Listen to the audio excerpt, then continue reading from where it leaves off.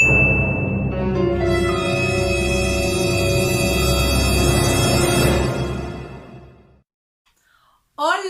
bienvenidos a Easy Peasy Spanish with Angie. This video is an introduction of the Spanish verbs, and this is what you're going to be learning.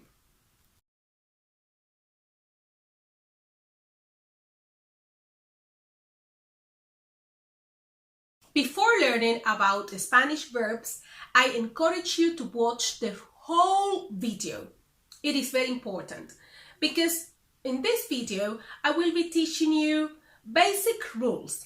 These rules will save you a future headache. But what is a verb? In every single language, a verb is a doing word. And we use these words to describe what someone or something is doing. It will show action, doing something. The infinitive is the basic form of the verb before we do any changes.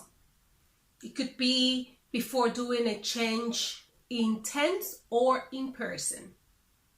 Let's have a look at this.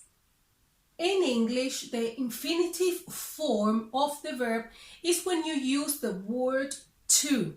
For example, to love, to eat, to live.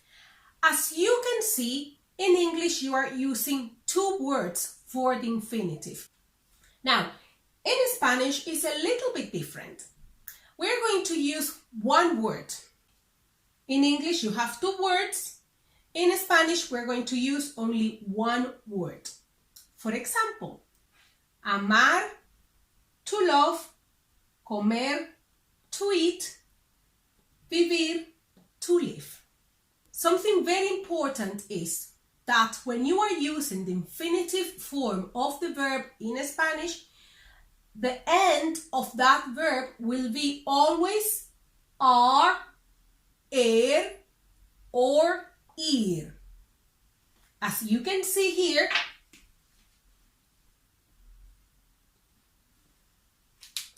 amar, ar, comer, vivir, ir.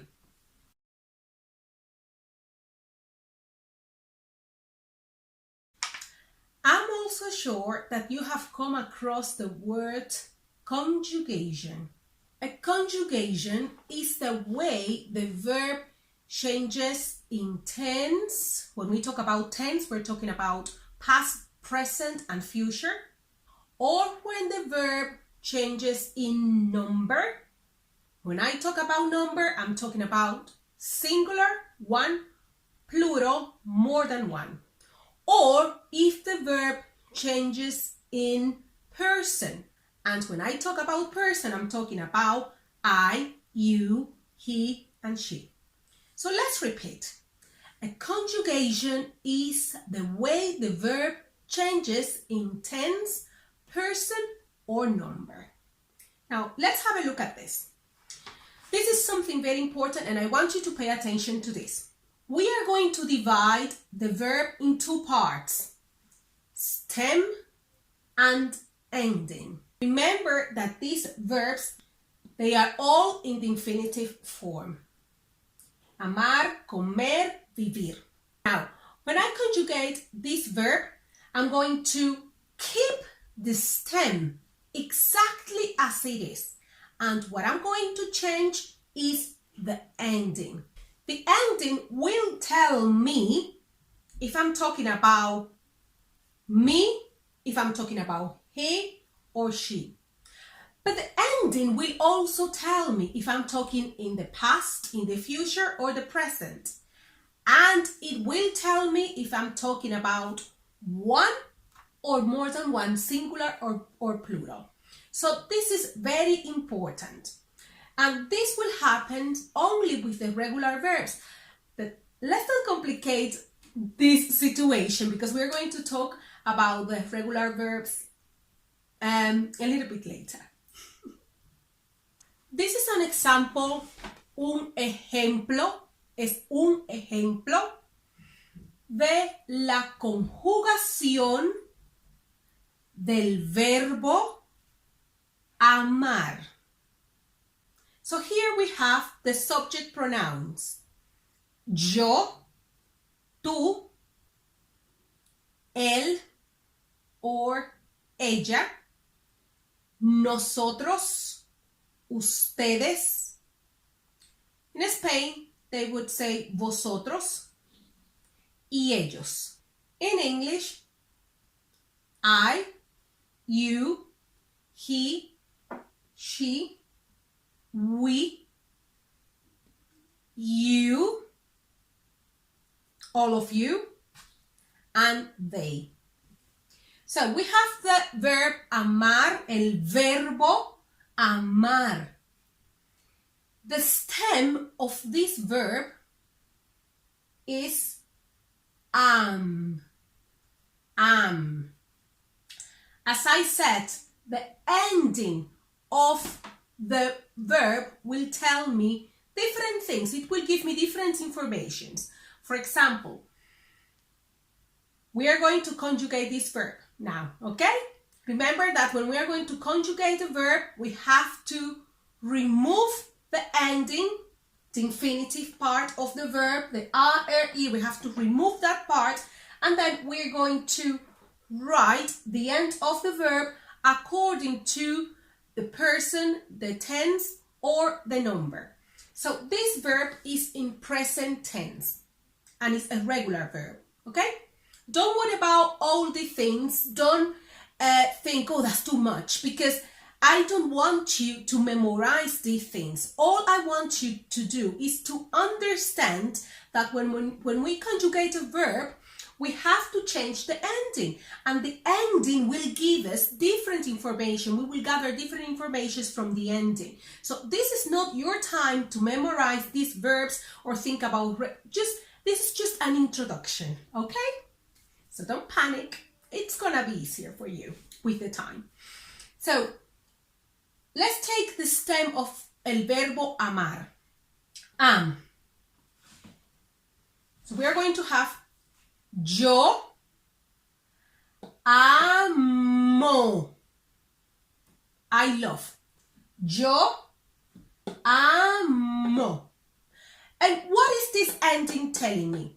It's telling me that it's a singular, so it's only me, one person.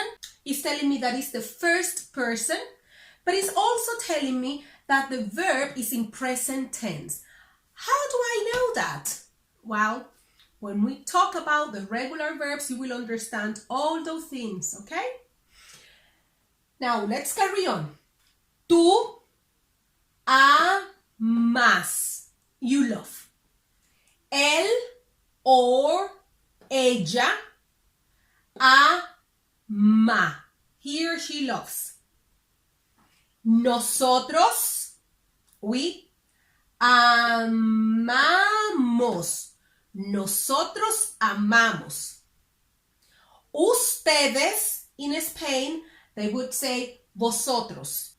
This is Latin America and this is Spain, okay? So, ustedes aman. In Spain, they would say vosotros amáis. Ellos aman. Let's ignore this because I wrote the whole word and it should be an. Ellos aman. Ellos aman. Now, if I want to change this verb into past tense, so this is just a quick example. So this is the subject pronoun. All these are subject pronouns, okay? So this is the subject pronoun yo. Yo amé. Look how I changed the infinitive part of the verb amar, and now I change it for an e. Amé. And what is this ending telling me? It's telling me that it's singular. I'm talking about me. It's the first person and also is past tense. Something very important is that because you already have all this information in Spanish, Spanish, you don't need the subject pronoun. So if you don't use the subject pronoun in a conversation, you will get all the information from the ending of the verb. If I say, for example, amé tus ojos, I loved your eyes. In English, you would have to say, I loved your eyes. But in Spanish, I could say, yo amé tus ojos. Or, even easier, amé tus ojos. Why? Because the ending of the verb is giving me all the information, or is giving to the other person all the information that they need to know.